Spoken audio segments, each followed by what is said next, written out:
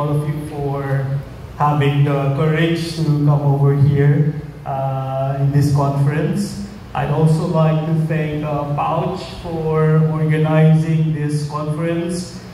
For many of us, this is our first Bitcoin conference. This is my first Bitcoin conference, and so I've never for this morning's presentation, just to share you my excitement about what I've learned, what I'm doing, and what I intend to do along with my relevant community. Okay, three things. Number one, I'd like to speak about the big picture. I think we're still at the stage where we're grappling with our understanding of what this thing is all about. And for many Bitcoiners, they already have a sense of what it is. They know what it is. They feel what it is. As an academic, my job is to put labels to these feelings and understandings so that we can scale, be able to inform everyone about understanding, and therefore communicate that understanding to a larger community. As Dean of Silliman Law School, I think my job is basically to orange peel the university as a stepping stone to orange peeling the entire country.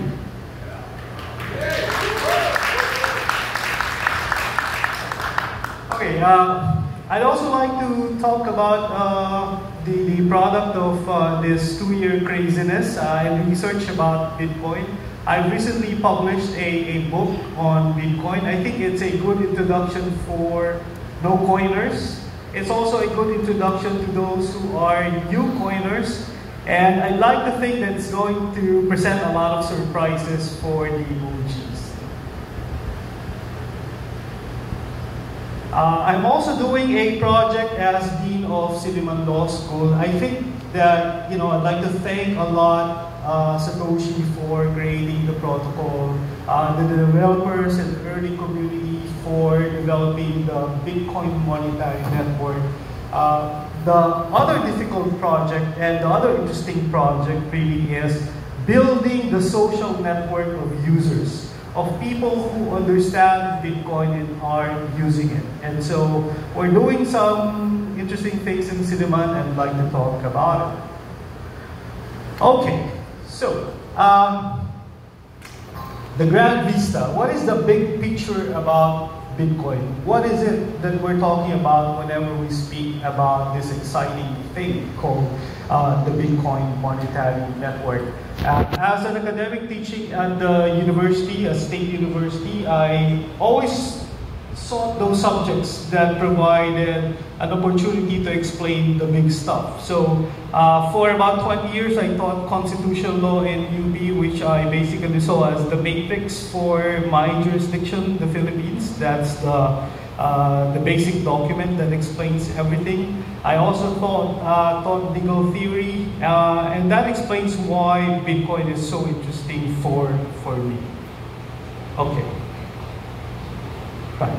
Everything is about information. If you think of it at the most fundamental level, the universe, big and small, I think can be compressed to bits and bits of information.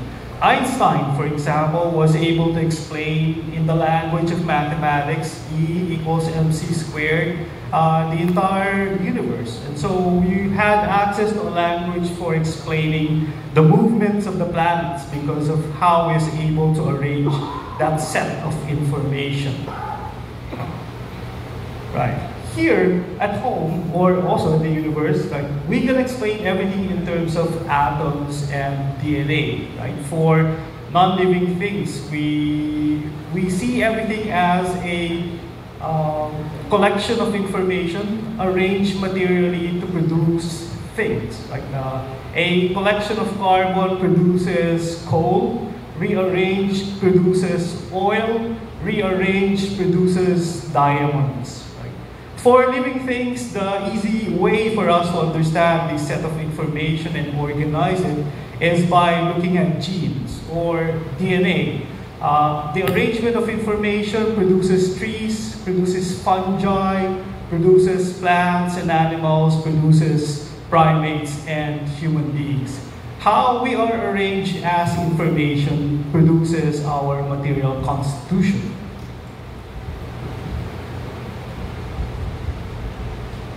Right.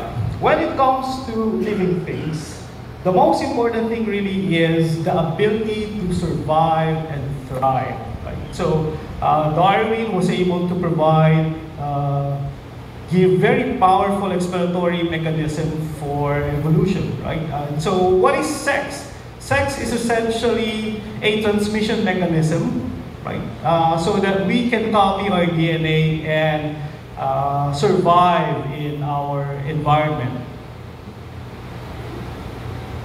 So these are basically, right, the ability to produce network information. How our bodies are constituted, how it's able to connect informationally with other bodies. That is the key to our ability to survive and thrive. If you're looking at living things, the most interesting living things are actually fungi and humans. Fungi predated the dinosaurs, have been able to survive 5 mass extinctions, and will be able to survive probably long after we're gone. Why? Because of their ability to produce network information at the level of their DNA. Humans, on the other hand, are also social networkers. Right? We collect information, produce networks, so that we are able to transcend the limitations of our bodies. We're weak constitutionally, right? Try doing a one-on-one with tigers and sharks. We're not going to survive. But somehow, we have been able to dominate the planet, right? What is the explanation for that? The explanation for that is our ability to have non-DNA based information distribution networks. Right? We can transcend the limitations of our DNAs. All other living things, if they want to communicate information, they need to reproduce, replicate to be able to survive. They need to have sex. Well, we want sex also, but that's another thing. Right? Human beings, on the other hand, have transcended the limitations of our bodies with this special ability, right, to create non-DNA based communication systems. Scientists have tried to explain, how this is possible, right? Our ability to transcend our DNA, and the best explanation I've found so far is an explanation by a biologist named Richard Dawkins, very famous. In his book, The Selfish Gene, he tried to explain evolution. And then, in the last chapters of his work, he sought to explain culture. How do you explain culture, which is a very fast transmission mechanism for distributing information? And his theory was, there has to be another set of replicators. And these replicators he named memes, right? And so the rise of memetic theory for explaining cultural transmission. They are replicators in the same way that genes are replicators, except that they're faster replicators because they are not based on DNA. So, what's special about human beings is their ability to create communications network. Essentially, these are information exchange mechanisms. Through information exchange mechanisms, we're able to propagate rumors, facts, ideas, and concepts faster than anyone else on the planet, and that allows us to survive, thrive, and dominate everything else. Okay, when it comes to this information mechanism networks, these are the 3 important things, right? The quality of the network is determined by 3 specific elements. The speed of transmission, the cost of transmitting information, and number 3, the fidelity of transmission. Is that information communicated the same information from receiver to sender or from sender to receiver? So this is the test for determining the ability of an information network to thrive, survive, and dominate. Okay. So the big idea in the book is that there are only two foundational protocols for building any civilization. And the first protocol is the idea exchange protocol. It's a communications protocol for exchanging notions, ideas, concepts, expressed as language. I'm using it now because I'm speaking in a language that you can understand, using idiom, which is a technology that allows my speech to be propagated with force and power. The other is the value exchange protocol. An exchange protocol for communicating value, a special type of information that we need. And this is the monetary system. And so, at bottom, if you're trying to understand any civilization, its ability to scale, thrive, and survive will depend on, number one, the existence of a communications protocol with language, and number two, the existence of a communications protocol for exchanging value. So language and monetary systems are at bottom the most important civilizational protocols that allow us to scale as human beings. Without these two protocols, we're back to our DNA, vulnerable to all the animals and the environment. Okay, there are two components to every protocol. Number one is the abstract protocol. It's in the head, ideas, notions, concepts. How do you make that kind of information understandable? You need to build language. Language is also abstract. Language is a system of rules for building information that I can communicate. This is grammar, this is syntax, words, articles, sentences, phrases. The material substrate is, for language, this. My mouth is a material substrate for communicating the protocol of what I'm using now, the English language. My hands, typewriters, computers. And so, as Marshall McLuhan said, the medium is the massage. Right? If you have a change in the protocol, you're going to have a revolution. If you have a change in the medium, you're going to have a transformation. Many Bitcoiners are familiar with this. These are the rhinestones of the island of Yap. This is the token of the monetary network. This is not the monetary network. This is the medium of the monetary network. What is the monetary network? The monetary network was a social construct for creating credits and assets handed down by oral history by the members of the island of Yap. And how do they trade those credits and debits through oral tradition? By having a solid medium, the rhinestones of Yap. For language, the academy, the universities have already explained language. The ability to build a linguistic network is the source of our ability to understand one another. With language, you're able to build a linguistic community and therefore create the idea of a nation. Benedict Anderson is famous in the university because of this particular contribution. The nation is the result of a linguistic community. Any change in the medium will change that linguistic community. Any change in the protocol will change that linguistic community. So, with language, you have a medium of understanding. If yes is not yes, we cannot have contracts. The existence of shared understanding, the existence of a consensus is based on a shared understanding of language. If words and phrases, if language is changing, we cannot have understanding, and therefore the society will break down. I've written a book, and therefore I have stored my idea, right, in that particular medium. My book is my store of ideas. Right? By now, you know where I'm getting with this. Every language is also a unit of account because it's my access to culture.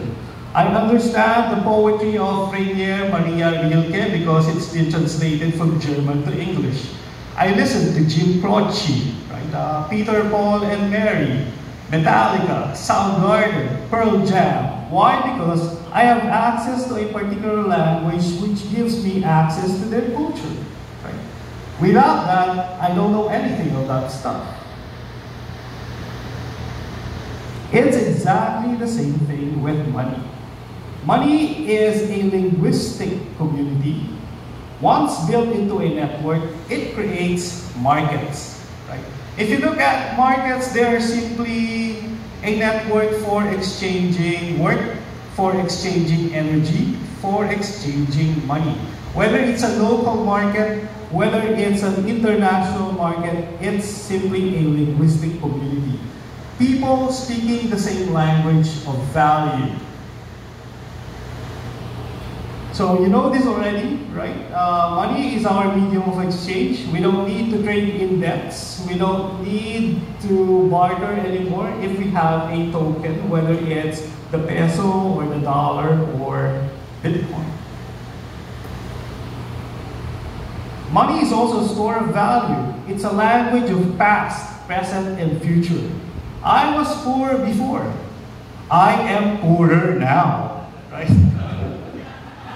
In the future, I don't know, right? But the way I view my past, present, and future in terms of value is in terms of the medium, right? The token in which I see myself. It's also relational. I am poor in relation to you. Why? Because you have tokens of a particular monetary network that I understand.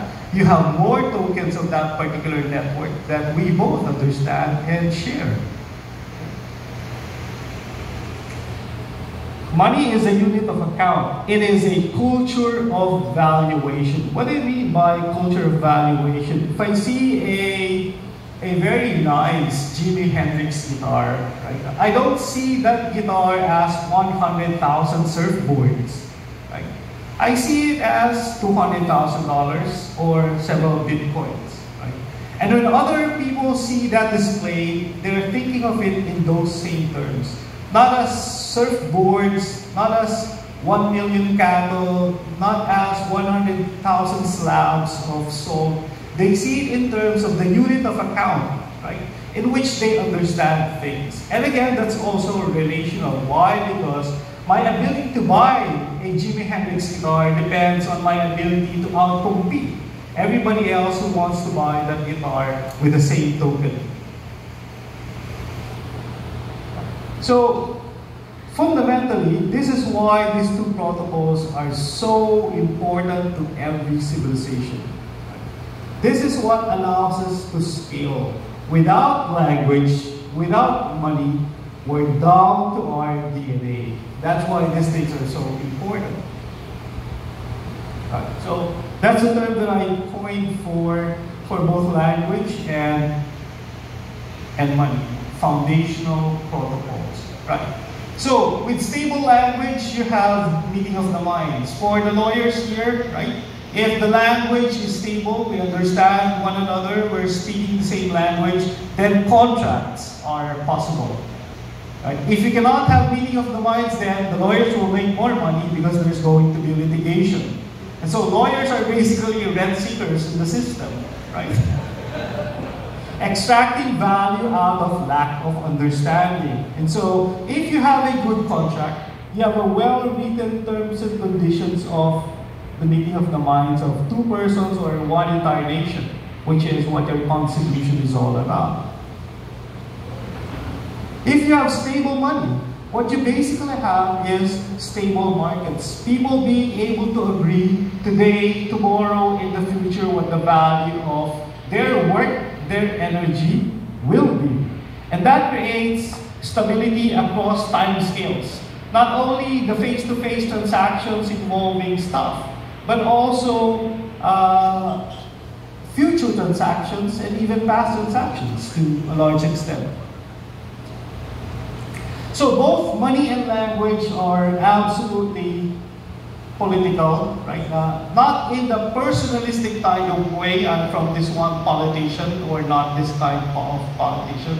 Not in a group kind of way, I'm for this particular political party, not for this political party, but in the deepest meaning of the word politics. Because with these two protocols, you can define the terms and conditions of how policies are made. So it's politics with a capital P, right? That is how important it is. So, if a nation controls language, right, it becomes lingua franca, it becomes an empire. Right? Why? Because as an empire, if everyone speaks your language, then everyone has access to your culture and your values. The same thing is true with money. If you are the world reserve currency, right, then everything else is valued in the terms and conditions of your system of valuation. Right? And we know that with Rome, we know that with the Florentines, we know that with UK, we know that now with the United States, and we think we know what's going to happen next. What happens when these protocols become destabilized, right? This is the really interesting stuff. What happens when they are unstable? Well, here, if the protocol is changing, if the protocol is changed and destabilized, you have a biblical story already. A confusion of tongues. It practically prevents people from reaching heaven, right? What happens when the language protocol is retained, but the medium is destabilized? Right? The Gutenberg printing press. What you have is basically the Protestant Reformation. Right? What is the result of the Protestant Reformation? Well, the decentralization of the power of the Catholic Church. Right? The decentralization of language. Before, Latin was the only language. It was the official tongue of everyone. And then you have this explosion of language. This is basically, right, a change in the medium for the protocol. We still speak the English language, Filipino, Visaya, German. The language is stable, the protocol. But because of the medium, because it changed, right, the cost, transmission, the speed and fidelity of transmitting ideas was destabilized. And now we have the internet. What happens now when you have an unstable value exchange protocol? And this is what Bitcoiners are always talking about. The slow version is this, right? Rome, the empire, the civilization, over the course of several hundred years, they started to debase their currency, the aureus and the denarius. And what was the result of that monetary debasement that went on for hundreds of years? The fall of Rome, from a great civilization to the Dark Ages. This is how consequential it is. The fast version is hyperinflation, right? What Germany experienced in 1923, what Zimbabwe experienced in the 1980s, what Venezuela is experiencing, what Argentina has been experiencing for quite some time. Right? A society whose nation or whose money is destroyed, right, will lose order, regardless of the law.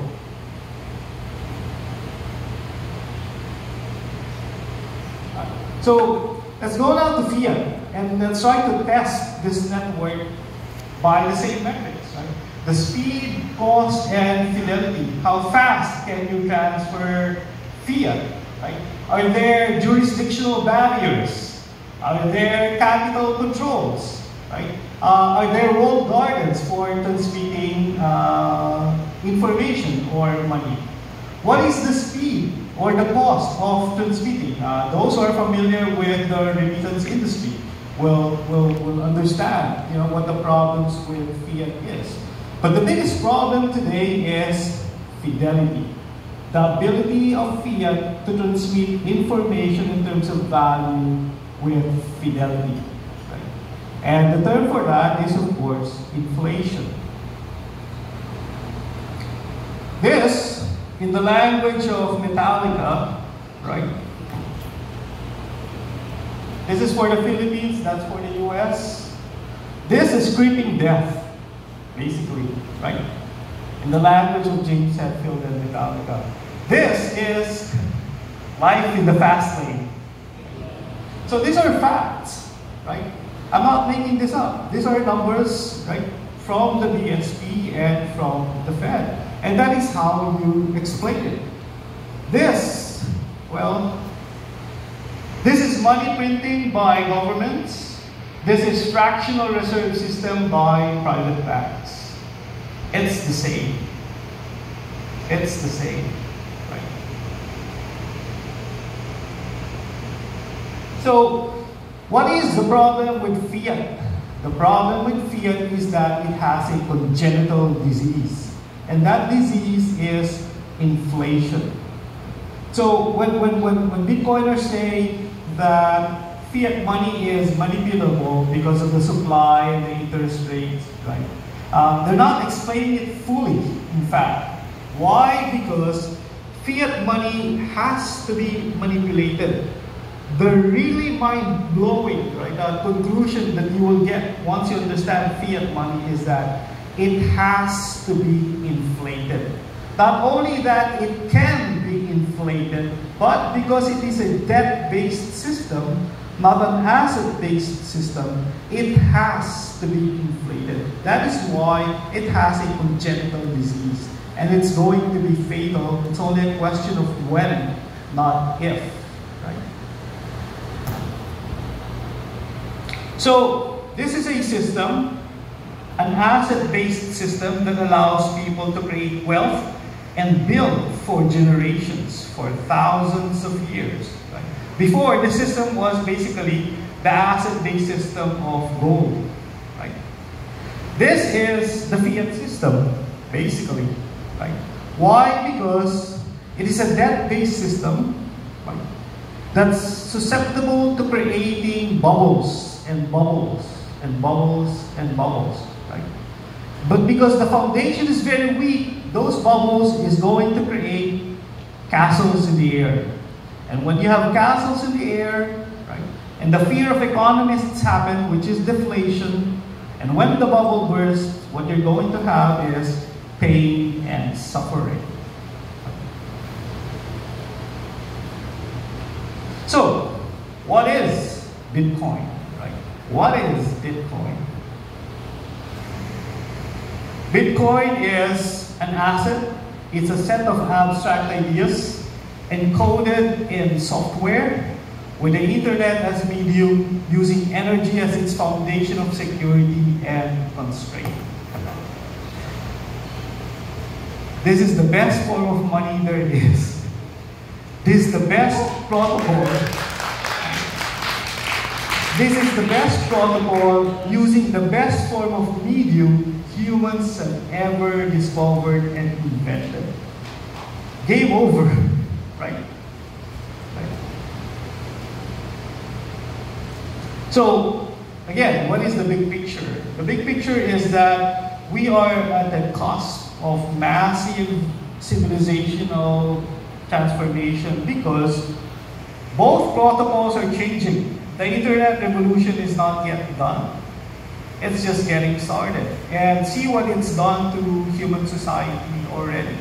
At the same time, you have this new form of money, right, that is changing everything. It's still young, but enough people already understand its value, and its value is priceless.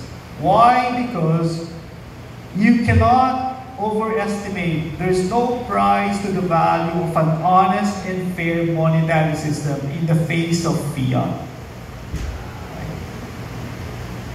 So you have changing foundations, right? The most important protocols, both language and money. Look, with language, what changed was simply the medium. Right? The protocol is still the same. With Bitcoin, you have a change in both the protocol and the medium. So you might want to ask, which is bigger, the internet or Bitcoin? Well, that's for another lecture, I suppose. That'll take a while. So this is what's going to happen, and I'm trying to explain this in the language of the academe, the famous philosopher of science, Thomas Kuhn. Right? When we talk about paradigm shifts, we're actually citing from his book. Right? And this is the periods that he identified every time you have a scientific revolution that results in paradigmatic shifts. Right? Period of normality, appearance of anomaly, apprehension of crisis, responses to that crisis, a revolution, a transformation, and then a resolution. Right? So this is converted into Bitcoin culture, right? First you dismiss us, and then you laugh at us, and then you fight us, and then we win. Right? Those are the stages. So you might want to ask, has this thing happened before? Right? Do I have any parallel or analogies, right, with human society? And the answer is actually yes. Right? A medium change in language, right, as well as a change in the monetary system. And that happened, right, during the Middle Ages, with the invention of the Gutenberg type movable printer. So that is your analogy to what happened with the internet. Right? So from the beautiful hands of the monks writing manuscripts, handwritten manuscripts in monasteries, right? You have the explosion of print technology with the printer. And so for the Protestant Reformation, the seminal event was not the lecture of Martin Luther in his church. It was the posting of printed copies of the 95 Theses, a printed word. Also, during that period, they had a return to sound money. Right? So Rome debased currency, sank everyone to the Dark Ages, so you have a long period of Middle Ages. What got them out of the Middle Ages and into the Renaissance? The printer and the Fiorino di Oro, otherwise known as the Florin. Right? So, let me end my first part by asking, what are we fighting for? Why are we here? Right? The answer is, well, only everything. This is what we're fighting for. Okay, so that's my first part. I think I still have some time. Let me give you a quick overview of what I'm trying to do. My goal really is Bitcoin education. While the West is still struggling, my goal is to make as many students understand what this thing is. I know some of you, some Bitcoiners are not big fans of the university system, but here in the Philippines, in my region, in my locality, the university is really the best entry point for Bitcoin education. So I've written a book, right? Right, this is the book. Right, I'll give you a quick overview of the chapter headings. The first chapter of the book is basically the 10 problems that I've identified with the fiat system. Most people are unaware of the problem with fiat. They have blinders, they have financial privilege in the language of Alex Gladstein. And so you need to tell people what the problem is, and I identified 10 problems with fiat. These are familiar lessons with Bitcoiners, right? The lessons from the island of Yap. But we need to tell people what the consequences are.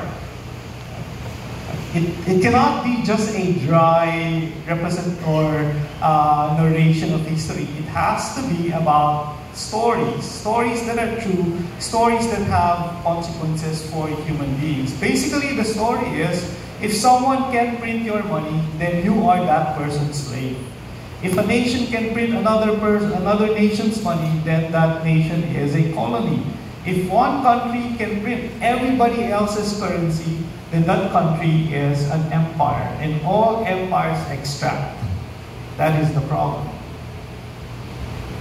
Third chapter is about gold. I think gold is basically just proof of work in an analog era. So we need to understand, or students need to understand what gold is, because it's, again, a gateway to understanding what Bitcoin really is. Bitcoin is quite hard to understand because there are so many moving parts. Once you get to the conclusion, it's easy.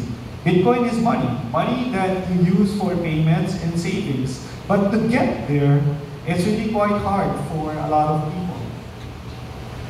Right?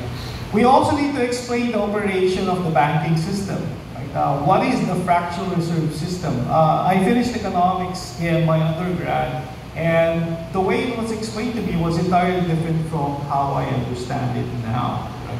So this is private money creation, and we need to explain to students why this results in asset bubbles, and inflation, and crashes in our economy.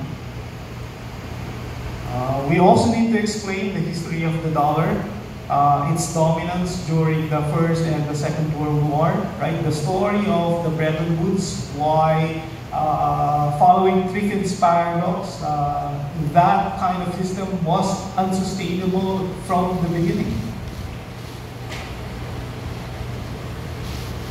Of course, what happened in 1971, this is a famous chapter for everybody who's interested with the rise of the fiat standard. The fiat standard, like I said, is essentially a debt-based system. And the debt-based system will stand no chance against an asset-based system like Bitcoin. Not a lot of books explain the relationship between the great financial crash and Bitcoin. Many of the finance scholars, or those who have written books about the great financial crash, are not Bitcoiners. And so they complain about the money printing, but they don't enter the Bitcoin universe by saying the solution is Bitcoin, a form of money that cannot be printed by governments. Chapter 8, there are lots of stories about this event. So this is a very short introduction to what Satoshi Nakamoto accomplished. Right. Again, we need to explain Bitcoin to people by telling them the 15 advantages, right, that I identified of Bitcoin over fiat money and even gold. Why? Because we're still at the stage where we're trying to make people develop a new pair of eyes and use those eyes to have the kind of vision that we now have. That's very difficult, right? Neo, right, complained to Morpheus, right? Why does my eyes hurt? And Morpheus said, because you've never used them before.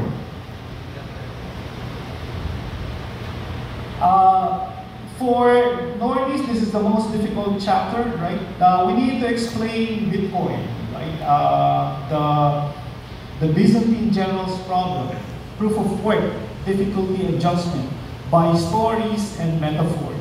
And that's the best way, I think, to make people understand that this is not just some computer program in someone else's home, right, running, on the internet. I think the Lightning Network is a real game changer, right? And so for the past, the narrative was of Bitcoin as a world reserve currency. But with the Lightning Network, Bitcoin literally becomes humanity's cash. Humanity's cash.